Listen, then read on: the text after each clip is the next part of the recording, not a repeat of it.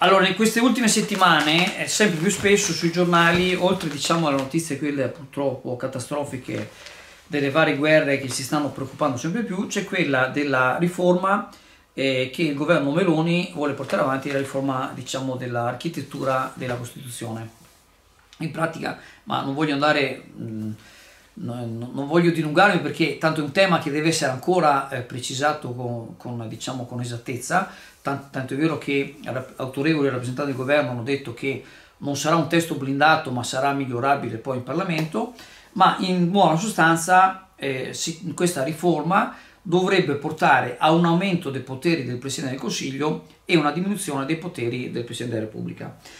Ecco, ma al di là di questo, visto che diciamo, ho avuto occasione di seguire, visto che l'età avanza, alcune riforme costituzionali che sono state presentate agli italiani, allora vorrei fare un passo indietro. Allora, abbiamo avuto a suo tempo una riforma della Costituzione da parte del governo di centrodestra di Silvio Berlusconi. Sbagliatissimo tagliare il numero dei parlamentari, a mio avviso, perché non è quello che paghi il parlamentare, ma il lavoro che producono e la rappresentanza dei territori che con questi tagli è diminuita tantissimo. Chiudo la parentesi. Ma detto questo, quella volta c'è stato questo referendum costituzionale e praticamente è stato poi affossato il centrosinistra e quindi non c'è stata nessuna riforma costituzionale, quindi si è perso tempo e soldi perché i referendum non costano niente, eccetera eccetera.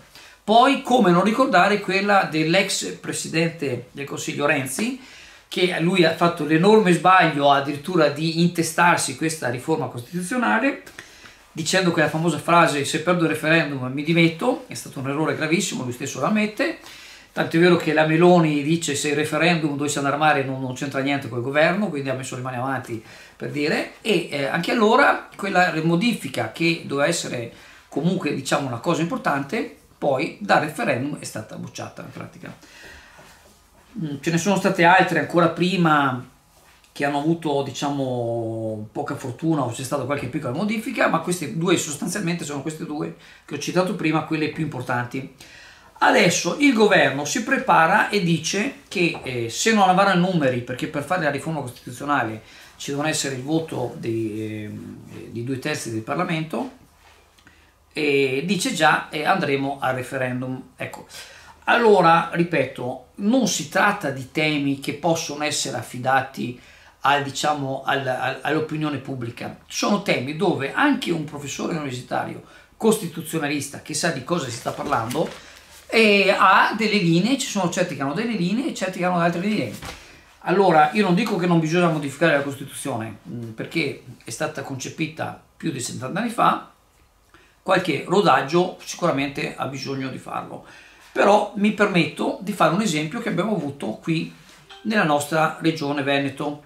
Allora, le regioni d'Italia dovevano preparare lo statuto della regione in pratica, e la regione Veneto è quella che poi ha varato lo statuto regionale, che praticamente è la Costituzione regionale, quasi per ultima rispetto a tutte quante le altre regioni d'Italia.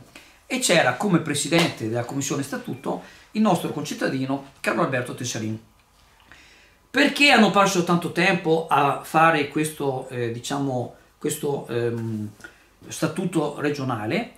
Perché alla fine sono riusciti a vararlo con il voto unanime di tutti i consiglieri regionali. Il Consiglio regionale del Veneto, dopo un lavoro lunghissimo portato avanti dal nostro concittadino Carlo Alberto Tessalin, che è stato l'unico capace di riuscire a mettere insieme tutti i pezzi, è riuscito a fare questa modifica dello statuto regionale portandolo diciamo, col voto unanime di tutti quanti i consiglieri regionali.